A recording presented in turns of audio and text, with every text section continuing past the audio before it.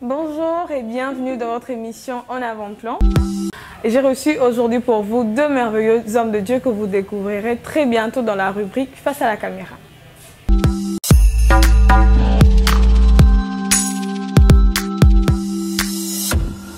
Moi, c'est le frère Florent Mutuku Kanda.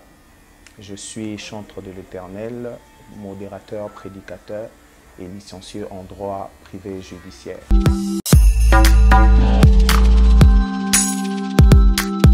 J'ai rencontré le Seigneur en 2013 et il y avait ma tante qui avait l'habitude de faire jouer des chansons le matin avant qu'elle puisse aller au boulot. Et il y avait une chanson du feu frère Alain Moloto qui m'étiquait à chaque fois que j'écoutais cette chanson, c'est la chanson Divin Amour. Et à chaque fois, j'avais l'habitude d'écouter cette chanson. Il y avait comme une voix dans mon cœur qui me parlait, me disait « Pourquoi pas tu pourrais arrêter tout ce que tu faisais et commencer à me servir ?» Et c'est depuis ces jours-là que j'ai pris la décision d'abandonner une ancienne vie et de pouvoir mener une vie qui est dans la volonté de Dieu.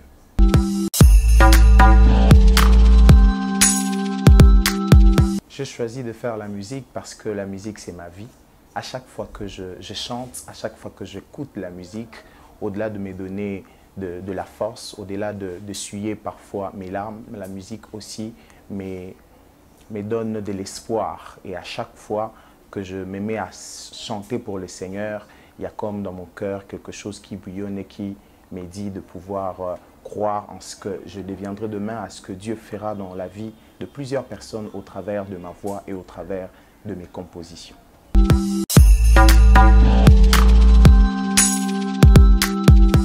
J'ai commencé ma carrière musicale à l'église méthodiste vers 2013 et j'ai fait 4 ans en tant que chantre là-bas. Et après, par la grâce de Dieu, je suis entré dans le groupe évangélique du Centenaire, le GEC en sigle à l'UPC, le groupe des étudiants de l'UPC, où j'ai été formé comme étant modérateur et chantre. Et actuellement, j'ai fait une carrière solo et je suis aussi chantre à l'église La Compassion Limitée.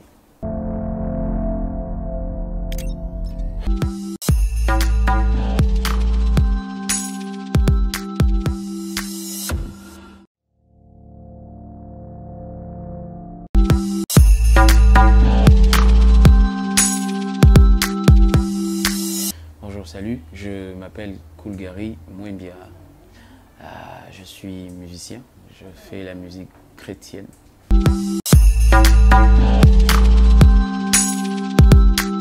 Cela a commencé par cette façon de faire de mon grand frère. C'est mon grand frère qui m'a donné le goût d'aimer le Seigneur.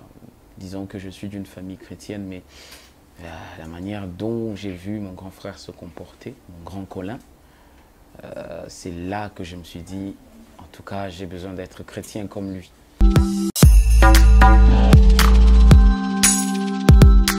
C'est un appel, c'est le Seigneur qui m'a appelé à œuvrer dans ce ministère de la chanson. Donc je chante, je conduis la louange, je suis vraiment dans la musique. Donc, je suis worship leader, je suis chantre, je suis prédicateur, voilà. Donc, en quelques mots, ce que moi je suis, voilà.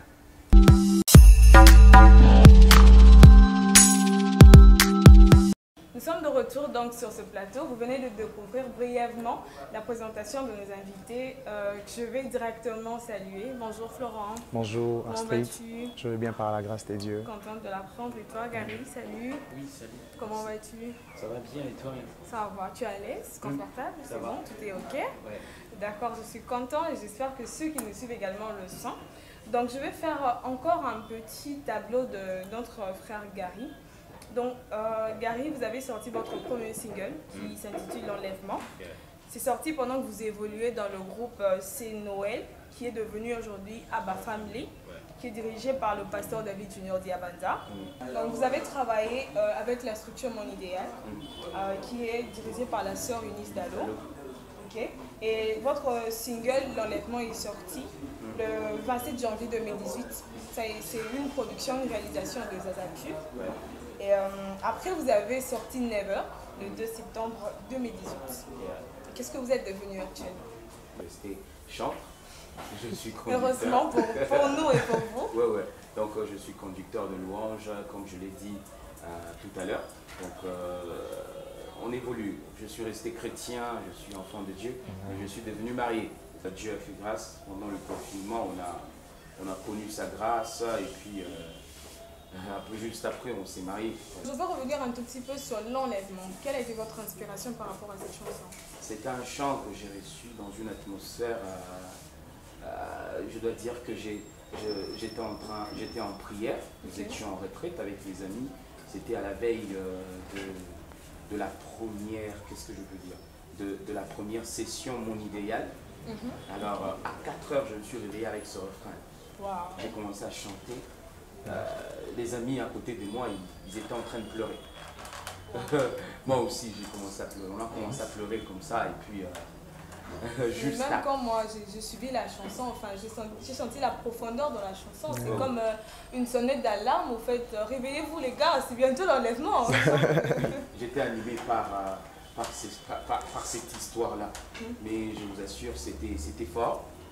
Il y a même l'une d'entre nous qui était notre responsable. Elle a dit je vais produire cette chanson. Wow. Même si elle l'avait plus fait, mais en tout cas c'était tout le monde qui était ému. Bon, on a sorti la chanson, Dieu a pris sa gloire. Donc après vous avez eu des témoignages quand même des gens qui ont écouté la chanson. Les témoignages il y en a, il y a d'autres qui sont écrits sur YouTube. Donc les témoignages ça ne manque pas. Jusqu'à aujourd'hui on reçoit les témoignages. Donc on compte sur le Seigneur. Gloire à Dieu pour ça. Et donc j'aimerais vous rappeler que je suis en compagnie de 2 serviteurs de Dieu, Florent Moutoukou que voici et le frère Gary. Et nous allons ensemble avec eux parler de la personne du Saint-Esprit. Je reviens chez vous Florent.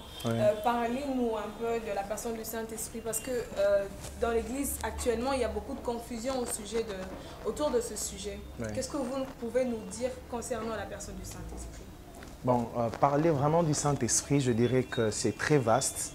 S'il faut que je puisse commencer à expliquer c'est que le Saint-Esprit, en tout cas, je pense qu'on pourrait même finir l'émission sans que je puisse finir de parler de cela.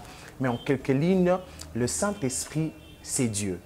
Donc, quand on parle du Saint-Esprit, on ne fait pas allusion à une puissance. Lorsqu'on parle du Saint-Esprit, on ne fait pas une allusion à un esprit d'un ange. On ne fait pas allusion à un ange ou à un serviteur de Dieu. Quand on parle du Saint-Esprit, c'est Dieu lui-même.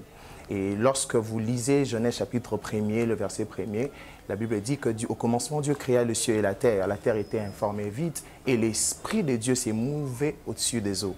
Et cela nous prouve aussi que le Saint-Esprit n'a pas existé après la création. Donc même avant la création, lorsque la terre était informe et vide, on a vu la présence du Saint-Esprit.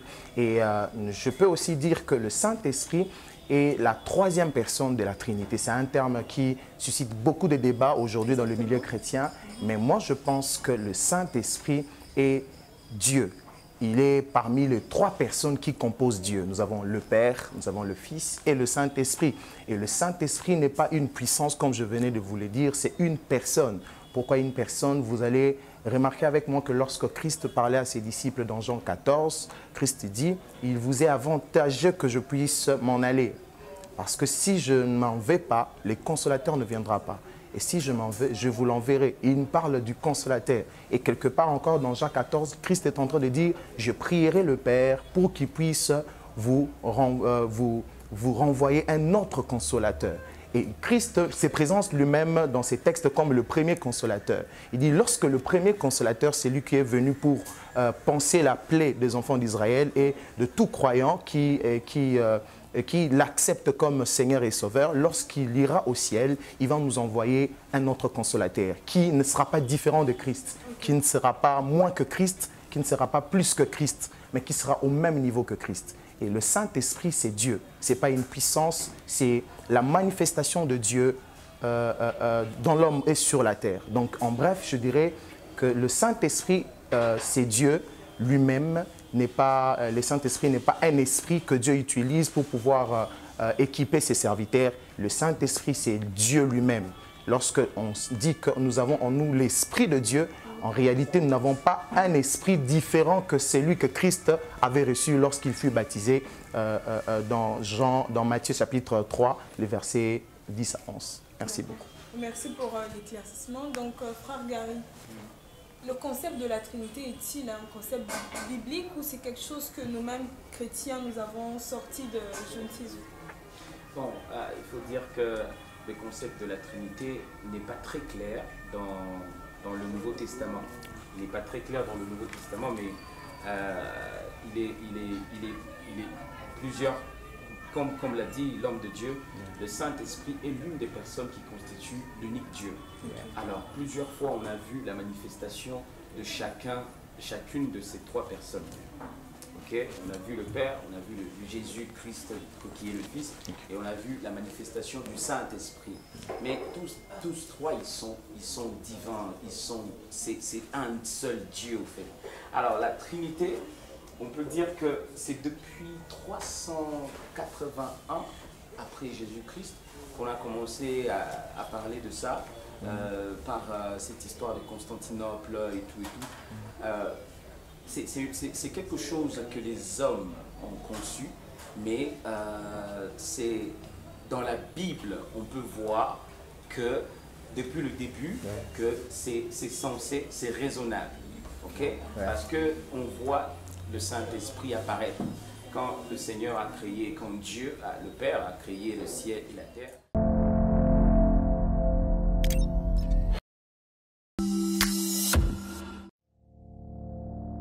C'est Dieu qui était en train de passer par les trois personnes.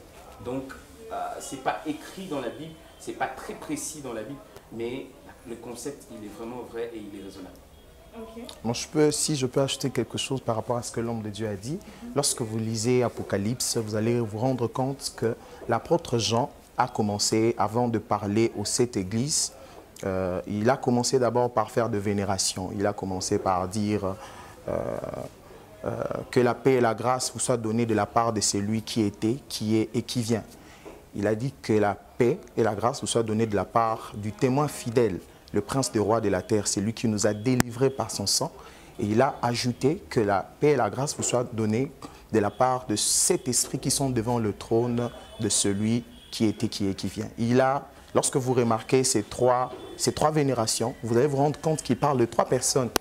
Parce que celui qui était, qui est, qui vient, ce n'est pas celui qui nous a délivrés par son sang. Et celui qui nous a délivrés par son sang, ce n'est pas le sept esprits qui sont devant le trône de celui qui était et qui vient.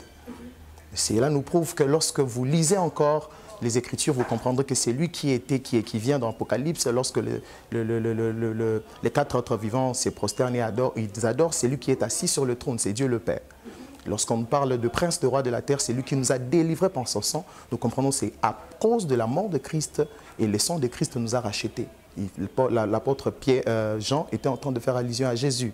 Mais quand on parle de cet esprit, vous allez vous rendre compte que dans Apocalypse chapitre 5, le verset 6, si je ne m'abuse pas, lorsqu'on présente Jésus-Christ comme l'agneau qui était à la droite de Dieu le Père Tout-Puissant, la Bible dit qu'il avait 7 cornes et 7 yeux, qui sont les 7 esprits de Dieu envoyés par toute la terre. Et vous allez vous rendre compte que ces 7 esprits-là, selon Ésaïe chapitre 11, ce n'est rien d'autre que la manifestation du Saint-Esprit qui était descendu sur Jésus lors du baptême au mont, dans le fleuve Jourdain. Donc c'est un peu ça. Le Saint-Esprit n'est pas distinct il a opéré différemment de Jésus, mais il n'est pas moins que Jésus ou plus que Jésus. Merci. D'accord. Donc Flo, je suis toujours avec toi. Ouais. Tu peux nous expliquer ce qu'on appelle le blasphème contre le Saint-Esprit? Qu'est-ce que c'est? Voilà. Je dirais que le blasphème contre le Saint-Esprit, je dirais que c'est le fait d'attribuer quelque chose qui a été fait par la puissance du Saint-Esprit au diable. Okay.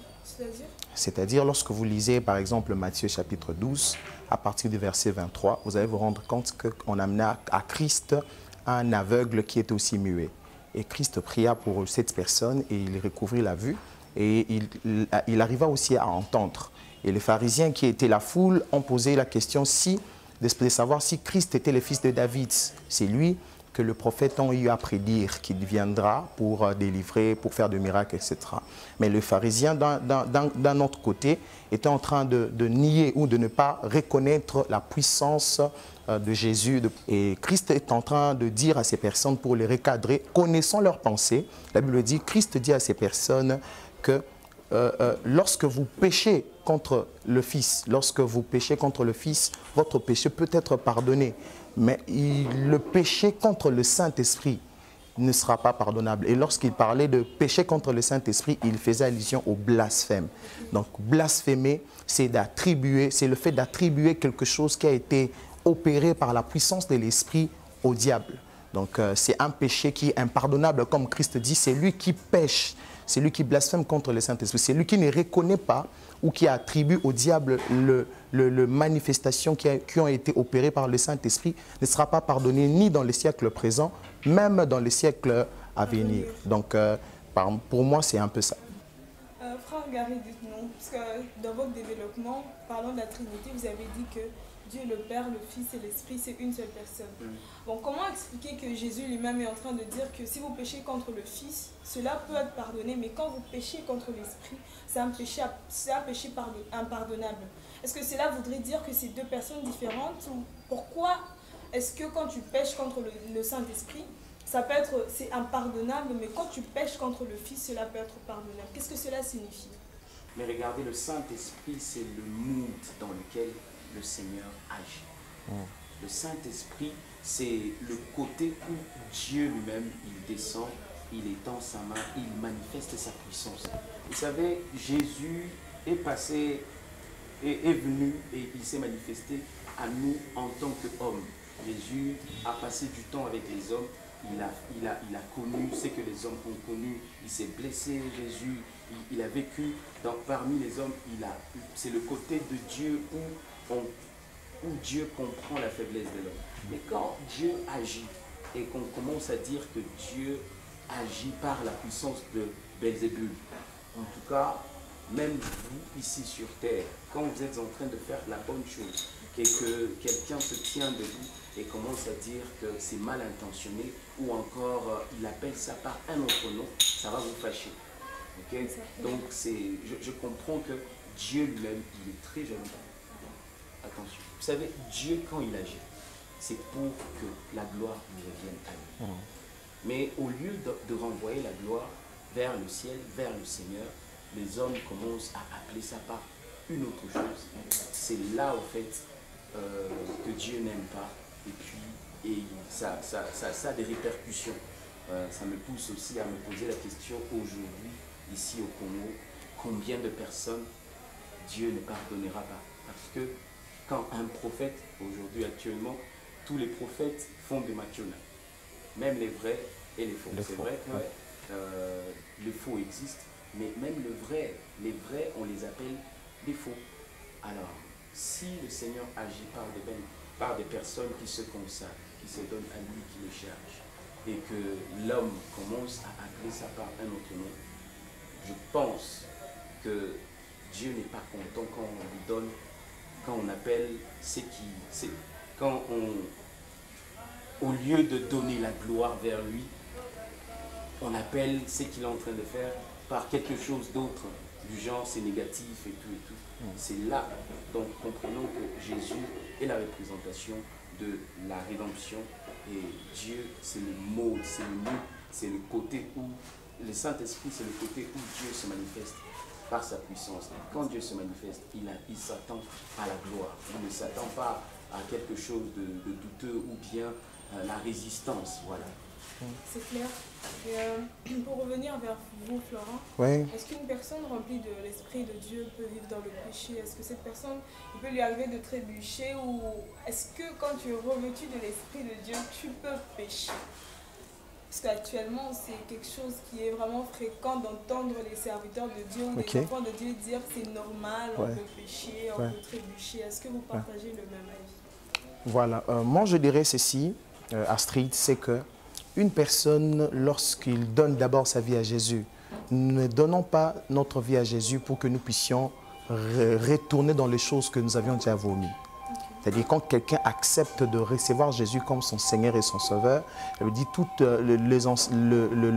les choses anciennes sont passées et toutes choses est devenue nouvelle. Cela veut dire que les anciennes habitudes ne se retrouvent plus dans le chef de cette personne-là. Et lorsqu'il est rempli par le Saint-Esprit, je ne pense pas que cette personne peut vivre dans le péché. Mais je peux essayer de mettre une nuance, c'est que vous pouvez être rempli du Saint-Esprit. Il peut vous arriver un moment lorsque, par exemple, vous êtes déconnecté de Dieu. Parce qu'on est rempli, pas on n'est pas rempli du Saint-Esprit pour une seule fois. Donc c'est continuel. L'action d'être rempli du Saint-Esprit, c'est continuel. Chaque fois que quelqu'un se réveille, ils doivent chercher d'abord à être rempli du Saint-Esprit. Et il y a des choses que l'homme fait qui lui permet d'être rempli du Saint-Esprit. La prière, la méditation, la sanctification.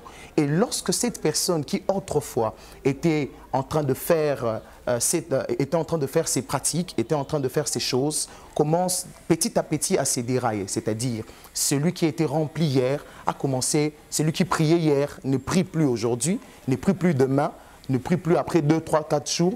Et la puissance du Saint-Esprit qui était en train de lui donner la force de pouvoir résister, ça va essayer un peu de baisser.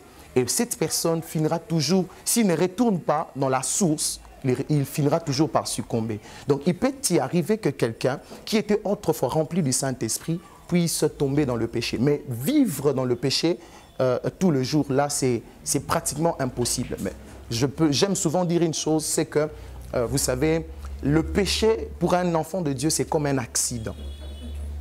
Donc, j'aime souvent dire ça. Pourquoi? Parce que lorsque nous sortons le matin, nous ne sortons pas pour faire des accidents. Mais il peut y arriver que quelqu'un puisse faire un accident. On ne fait pas aussi un accident chaque jour. Ça vient circonstanciellement. Vous voyez? Donc, un chrétien ne peut pas se dire que si aujourd'hui je donne ma vie à Christ et que je suis rempli du Saint-Esprit, je dois pécher. Non, non. En tout cas, là, ce serait de ne pas croire en Jésus. Parce que Christ, on a vu, lorsqu'il fut rempli du Saint-Esprit, on n'a vu nulle part dans la Bible où Christ a eu à pécher. Donc c'est possible d'être rempli du Saint-Esprit et de ne pas pécher. Et j'essaie de mettre cette nuance pour nous faire comprendre que s'il t'est arrivé que tu as été rempli l'autre fois et aujourd'hui tu succombes face à un péché, cela n'est pas trop tard. Cela ne te disqualifie pas directement. Tu peux toutefois revenir à Jésus parce qu'il est celui qui nous pardonne en tout le temps. Il est un Dieu miséricordieux. Voilà ce que je peux dire. Merci. Donc, Frère Gary, essayez un peu de nous éclairer sur la question. Quand nous péchons, quand il nous arrive de pécher, le Saint-Esprit nous quitte-t-il directement ou c'est un processus par lequel nous devons passer? Le Saint-Esprit, je dirais que nous, quand on pêche, on l'attriste. Okay. Ouais, on l'attriste. C'est comme ça même que l'apôtre Paul dit, n'attristez pas le Saint-Esprit. Donc, nous n'avons pas besoin d'attrister le Saint-Esprit dans la vie du péché. Non. Il peut aussi arriver, je vous donne un exemple, un homme de Dieu qui est appelé à prêcher quelque part, il nous a dit, une fois, il était en train d'aller pour prêcher, il était très en retard. Il arrive quelque part, on l'appelle, il dit, je suis déjà sur échangeur. Alors, il n'y était pas encore. Vous voyez? Du coup, il s'est ressaisi. Il dit, non, je ne pouvais pas faire ça. Quand il est arrivé au niveau de l'échangeur, il appelle le monsieur. Il dit, c'est maintenant que je suis sur échangeur. Donc, quand j'ai dit ça, c'était pas vrai, j'ai voulu vous amadouer un peu, mais là, je suis sur échangeur, patientez encore un peu, je viens. Donc, nous, enfants de Dieu, il peut arriver qu'on bronche, il peut arriver qu'on tombe, mais on ne peut pas rester. Parce que nous avons un esprit de Dieu, il est le paraclet. Cet esprit, il n'est pas seulement un esprit de miracle, c'est aussi un esprit de la crainte de Dieu. Yes. Il parle à notre conscience et il nous donne la force de nous relever. Il nous donne la force de nous relever et nous tourner vers le Seigneur. Ok? Donc, à chaque fois que vous êtes fort, il faut tout faire pour emmagasiner un peu plus, pour que le jour de la faiblesse, quand il viendra, que vous ne succombiez pas, que vous soyez capable de revenir. Parce que c'est une inspiration. Regardez ce fils prodigue, quand il a tout fait, il a pris son héritage, il est allé le dilapider, et puis après, quelque chose est revenu en lui, sa conscience lui a parlé. Il a dit, en tout cas mon père, ici, il a ça, il a beaucoup de personnes qui travaillent chez lui, donc je peux revenir à lui. En fait, c'est une inspiration de l'esprit, mais ça dépend aussi de ce que vous connaissez de Dieu. Dieu est miséricordieux. Mais si vous ne savez pas que Dieu est miséricordieux, vous allez dire que Dieu ne peut pas me pardonner parce que vous allez commencer à traiter Dieu comme si vous étiez en face d'un homme. Donc, le Saint-Esprit peut nous aider à revenir à la bonne voie. D'accord, toujours avec vous, puisque vous avez très bien détaillé la Trinité, j'aimerais savoir pourquoi est-ce que si vous soutenez que le Saint-Esprit, c'est Dieu, c'est le Père, c'est le Fils, pourquoi est-ce que nous ne prions pas au nom du Saint-Esprit? Donc quand Jésus a appris aux disciples à prier, il n'a pas dit prier au nom du Saint-Esprit, à la fin de la prière, nous prions toujours au nom de Jésus. Pourquoi donc? Bon, dans la Bible, il n'est pas écrit que le Saint-Esprit est le chemin, la vie, la vérité. Ok.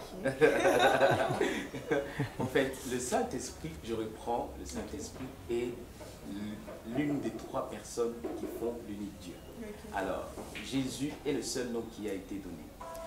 Qui a été donné aux hommes pour prier. Il a dit, priez en mon nom et vous serez exaucés. Tout ce que vous demandez en mon nom, croyez que vous l'avez déjà reçu. Yeah. Ça, c'est Jésus qui a dit. Du coup, on prie avec l'aide du Saint-Esprit au nom de Jésus-Christ. Nous avons besoin juste de connaître, de savoir quand est-ce que c'est le Saint-Esprit qui agit, quand est-ce que c'est Jésus qui agit. Ok? Donc, on n'a pas besoin de faire beaucoup de désordre. Bon, il peut aussi arriver que quelqu'un, un ignorant, soit en train de prier. Est-ce que vous savez ça? Ils sont en train de prier en disant au nom du Saint-Esprit, Amen. Dieu peut exaucer. Mais pour quelqu'un qui connaît déjà, il y a encore beaucoup plus d'exigences. Parfait. Donc, Florence, je reviens vers vous. Ouais. Le Saint-Esprit est descendu lors de la Pentecôte, dans Acte 2, comme nous le connaissons. Ouais. Donc, quel est le rôle que le Saint-Esprit joue dans l'Église? Puisqu'il a amené un mouvement du réveil. Ouais. Premièrement, j'aimerais savoir quel est son rôle dans l'Église. Et deuxièmement, j'aimerais que vous puissiez nous dire, ce réveil, est-ce qu'il est resté simplement dans Acte 2 ou nous pouvons encore le voir à l'Église? Lorsque le Saint-Esprit est dans l'Église, c'est pour premièrement glorifier le nom de Jésus, pour que les gens puissent savoir que Christ est Dieu et il est mort et ressuscité. Et c'est par le Saint-Esprit que Christ a été ressuscité. La Bible dit, si l'Esprit de celui qui a ressuscité Christ d'entre les morts habite en vous, celui qui a ressuscité Christ d'entre les morts rendra la vie à vos corps mortels. Cela nous prouve que c'est par la puissance du Saint-Esprit que Christ a été ressuscité. Et deuxièmement, au-delà de glorifier le nom de Jésus, le Saint-Esprit a aussi pour rôle de pouvoir convaincre le monde en ce qui concerne le péché. C'est-à-dire c'est le Saint-Esprit qui essaye de créer un mouvement de repentance dans les cœurs de personnes. Lorsque l'apôtre Pierre a eu à prêcher, ces personnes ont été convaincues de pouvoir changer de vie. Et ils ont posé la question à Pierre pour dire, « Homme frère, que ferons-nous » Voyez, que ferons-nous? Pierre leur dit, répentez-vous, vous serez baptisés, par le baptême de Jean, et ainsi vous recevrez ensuite le baptême du Saint-Esprit. Donc lorsque le Saint-Esprit a été libéré sur la terre, c'est pour glorifier le nom de Jésus. Deuxièmement, pour convaincre le monde en ce qui concerne le péché. Il fait en sorte que lorsqu'un serviteur de Dieu proclame la parole de Dieu, que le cœur des incrédules puisse être touché et que ces personnes puissent changer de vie. Et troisièmement, c'est aussi pour démontrer qu'avec Dieu, nous pouvons faire des exploits. Parce qu'il y a deux choses que seul celui qui est revêtu du Saint-Esprit peut faire. Il y a des choses que seul celui qui est revêtu du Saint-Esprit peut accomplir. Il essaie un peu d'établir comme une différence entre ceux qui ont Dieu et ceux qui n'ont pas Dieu. Donc pour moi, en tout cas, ce sont ces trois éléments qui marquent ma vie. Le Saint-Esprit, lorsque je prie, lorsque je travaille dans le service de Dieu, c'est pour que d'abord, lorsque je recherche que le Saint-Esprit puisse me remplir, c'est pour que le nom de Jésus soit glorifié. Et deuxièmement, quand lorsque je sers Dieu et que je demande la puissance du Saint-Esprit, c'est deuxièmement pour que le monde pécheur, les personnes pécheresses puissent changer leur vie, puissent être amenées à la repentance. Et troisièmement, pour que je puisse marquer une différence dans mon milieu de travail, dans mon service, etc. Quelqu'un peut se poser des questions en disant, moi je ne sers pas Dieu dans une église, je suis par exemple vendeur, je suis par exemple coiffeur, je suis par exemple commerçant. Est-ce que le Saint-Esprit peut aussi marquer la différence de ma manière de travailler? Oui, le Saint-Esprit ne travaille pas seulement dans le chef de personnes qui travaillent à l'église, il travaille dans le chef de tout chrétien. Si tu es chrétien, si tu es un enfant de Dieu, ta manière de travailler sera différente des autres. Et celui qui amène la différence dans notre manière de travailler, c'est le Saint-Esprit. Merci beaucoup. En tout cas, que Dieu soit loué pour votre intervention. Donc, je reviens vers vous, frère Gary. Dites-nous un peu. On a remarqué un moment, comment je peux dire, certaines personnes, certains hommes de Dieu qui ont été vraiment élevés dans la gloire. Ils ont agi puissamment dans la puissance du Saint-Esprit et ces personnes, on les a appelés des revivalistes. Je cite Catherine Kuhlman, T.L. Osborne, T.B. Joshua, le feu T.B. Joshua. Donc ces personnes sont passées. Est-ce que dans leur période de réveil, actuellement dans notre pays, nous pouvons encore voir ce genre de réveil ici? Est-ce que ce réveil dont il s'agit, c'est seulement un mouvement qui s'élève un temps, après ça s'éteint, ou c'est quelque chose que nous devons vivre en permanence puisque le Saint-Esprit est descendu une fois pour toutes? Oui, vous savez, on peut voir ça après eux, nous pouvons voir ça et on continue de voir ça. Avant eux, il y a eu Pierre, Jean et les autres qui ont commencé ce mouvement. Donc avant ça, il n'y en avait pas. Donc il y a eu un moment où l'Église était dans la peur.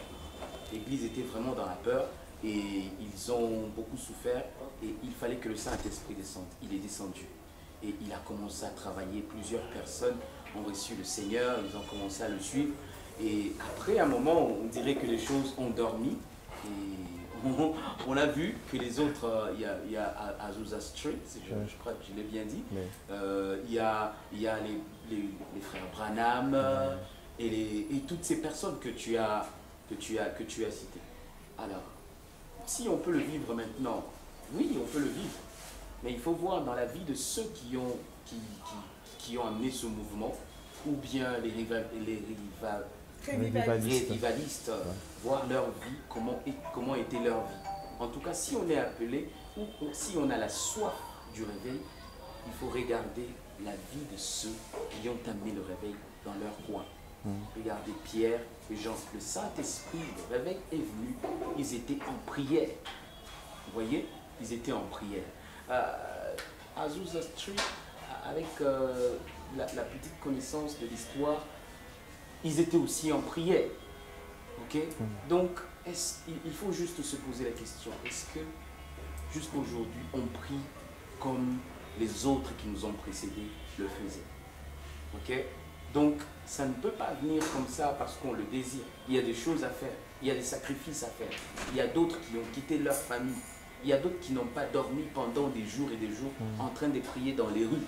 Hein? J'ai vu un homme de Dieu, une fois un Américain, il est venu ici, il était très vieux. Il a dit qu'il avait commencé à prier du côté de Pullman là-bas. Il a prié sur les rues de Kinshasa ici, il y a, je crois, c'était en 85. Il a sillonné dans les rues pendant la nuit, en train de prier pour ça. Et le jour où il s'est mis à prêcher la parole de Dieu, il y avait ce réveil. Donc, il faut copier. Il y a des choses qui provoquent les autres. En fait, les grands résultats, ça demande les mêmes efforts et les mêmes sacrifices. Donc, on a besoin de prier, de beaucoup prier. On a besoin de connaître la Bible, de connaître la parole de Dieu, de chercher la volonté du Seigneur. Ok? Donc, si vraiment vous avez besoin du réveil, il faut copier ce que les autres ont fait, mais beaucoup plus la prière. Donc, on peut revivre ça. Et on continue à vivre. On n'a pas besoin de citer les serviteurs de Dieu ici, mais on continue à vivre ça. Les mouvements comme les grands mouvements d'une petite prédication qui a gagné des 5000 hommes, sans compter enfants et femmes. Etc. Et aujourd'hui, je connais un homme de Dieu, j'ai lu sur Internet, qui gagne 1 million d'âmes en une soirée. Wow.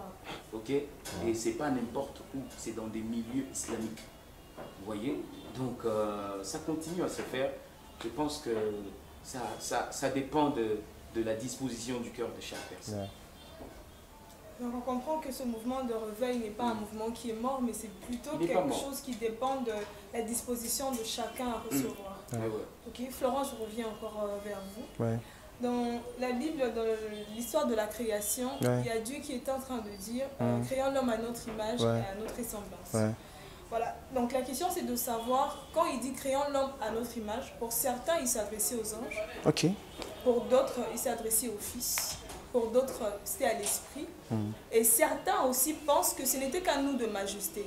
Je dirais que lorsque Dieu dit créons l'homme à notre image, comme certains pensent qu'il disait seulement au Fils, d'autres pensent qu'il disait aux anges, est-ce qu'un ange a l'image de Dieu? C'est la question que je me poser à cette personne-là qui dit que lorsque Dieu dit créons l'homme à notre image, est-ce que l'ange a l'image de Dieu? Non. Est-ce qu'un ange est Dieu? Non. Quand Dieu emploie le mot nous, c'est-à-dire le nous là, ce sont ces personnes qui ont la même identité que Dieu. Il n'y a pas deux personnes qui ont l'identité de Dieu et une autre personne qui n'en a pas. Et moi je pense que lorsque Dieu dit créons l'homme à notre image, il s'adressait au Fils et au Saint-Esprit, collégialement. Voyez? Et vous le remarquez aussi dans Genèse chapitre, je crois bien entre 9 et 11, si je ne m'abuse pas, l'histoire de la tour de Babel. Donc 11, hein? Donc c'est 11. Donc vous voyez, nous remarquons que lorsque les hommes se sont levés pour créer une tour, pour faire une tour allant jusqu'au ciel, qu'est-ce que Dieu dit? La Bible dit, Dieu dit, descendons. Et lorsque vous étudiez bien le point qu'il y a quand on dit Dieu, c'est deux points. Et on n'emploie pas Dieu au pluriel, on emploie Dieu au singulier. Mais après Dieu, il y a des points. Vous voyez? Après Dieu, il y a des points. Cela nous prouve que Dieu n'était pas une personne. Il était composé de plusieurs autres personnes. Et moi, je pense que c'était le Fils et le Saint-Esprit. Parce qu'en l'homme, il y a aussi l'Esprit. La Bible dit, en réalité, dans l'homme, c'est l'Esprit, le souffle du Tout-Puissant. Donc, je pense que si vous dites que c'était seulement avec le Fils, c'est que l'homme ne pourrait pas avoir l'Esprit. Parce que l'Esprit de l'homme, c'est aussi l'Esprit qui vient de Dieu. Merci beaucoup. Vous êtes d'accord avec sa réponse? Je suis d'accord, Et il faut savoir que quand Dieu veut fixer les choses, vous voyez, quand Dieu veut fixer les choses, quand Dieu veut faire quelque chose qui a son empreinte, en tout cas, c'est là qu'il parle à toute la Trinité. Vous voyez, quand il voulait créer un homme, il a parlé à toute la Trinité. Dans Genèse 11, il a dit « Descendons pour confondre leur langage ». En tout cas, il faut savoir que sans le Saint-Esprit, la divinité n'est pas complète. Sans Jésus, la divinité non plus n'est pas complète. Il n'y a pas de Dieu sans l'un d'entre eux. Donc tous les trois font qu'un seul Dieu. Donc il est en train de parler à l'Esprit et au Fils. Donc Florent, je reviens vers vous pour la toute dernière question. Okay. Vous êtes en face d'un non-chrétien, d'un non-croyant, d'un musulman, d'un bouddhiste, je ne sais quoi. Et s'il faut en une minute convaincre cette personne que le Saint-Esprit est Dieu, que le Fils est Dieu, que Dieu c'est toutes ces trois personnes, qu'il faut lui convaincre, quelle est votre réaction par rapport à ça? Je dirais à cette personne, premièrement, qu'il vit aujourd'hui parce qu'un travail a été fait hier.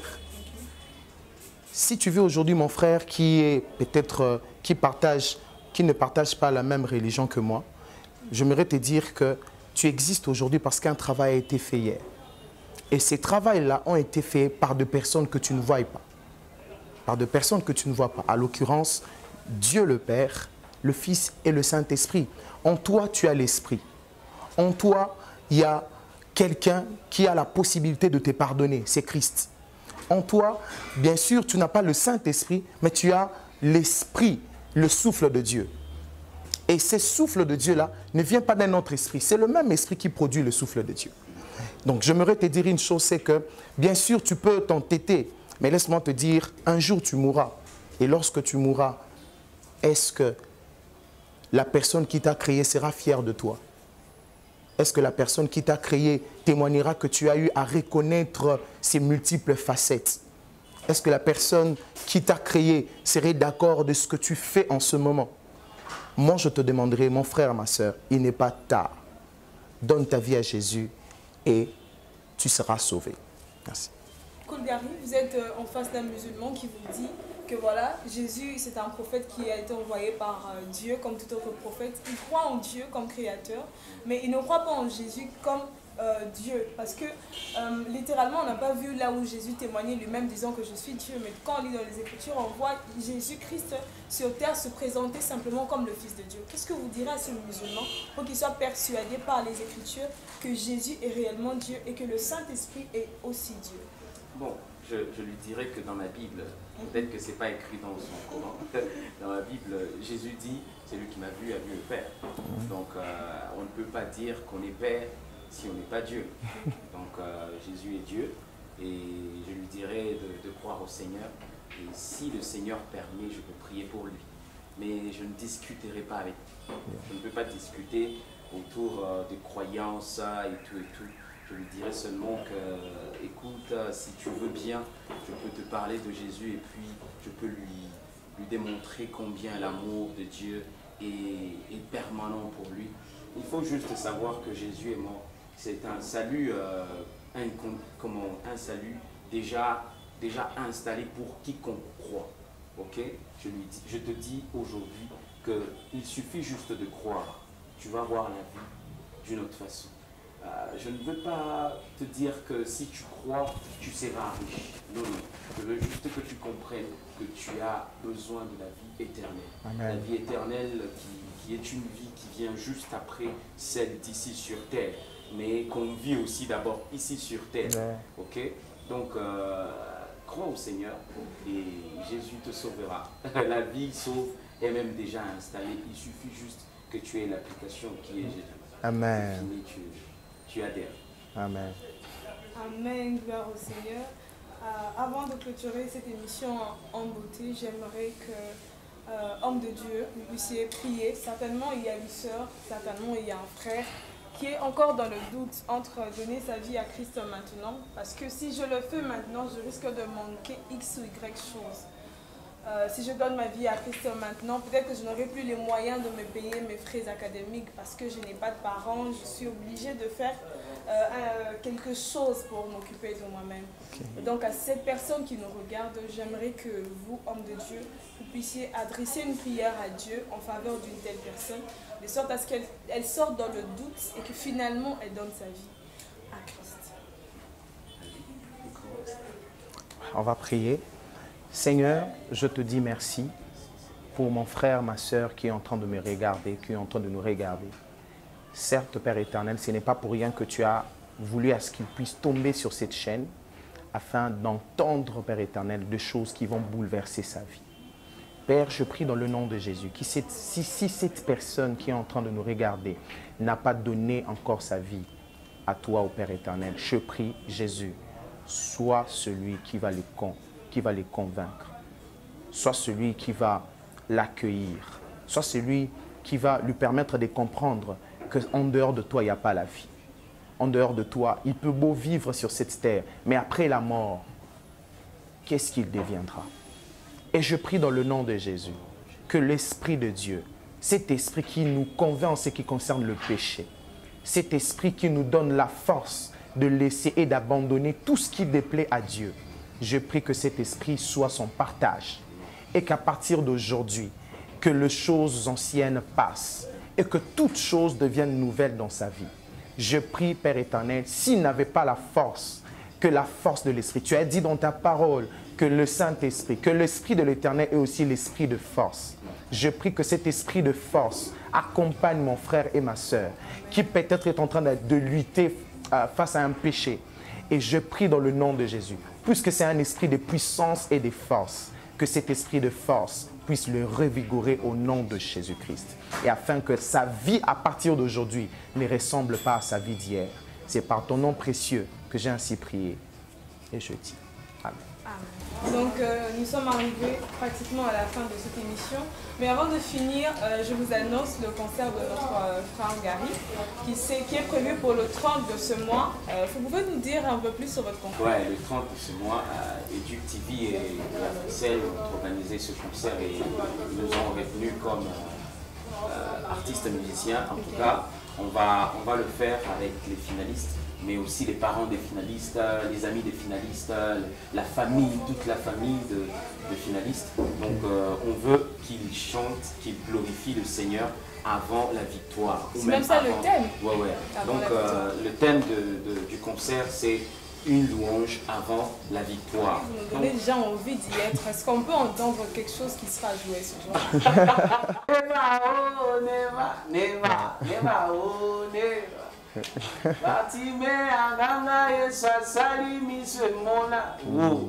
Chers amis, chers frères et sœurs dans le Seigneur, nous sommes arrivés à la fin de cette émission en avant-plan. Je suis en compagnie des deux merveilleux hommes de Dieu, Florent Moutoukou et Koud Gary. Et nous remercions notre partenaire, l'Oiseau d'Or, qui se trouve sur Asanef. Nous avons parlé ensemble de la personne du Saint-Esprit et je vous donne rendez-vous le 30, ne me manquez surtout pas. Le 30 juillet 2022, nous serons où déjà? À l'Athénée. À l'Athénée de la Gombe. À l'Athénée de la Gombe, à partir de 12h. À partir de 12h, le 30 juillet 2022, venez en famille avec votre papa, votre maman, votre soeur, votre frère. Ça sera pour la gloire de Dieu. Je vous dis au revoir, portez-vous bien et à très prochainement.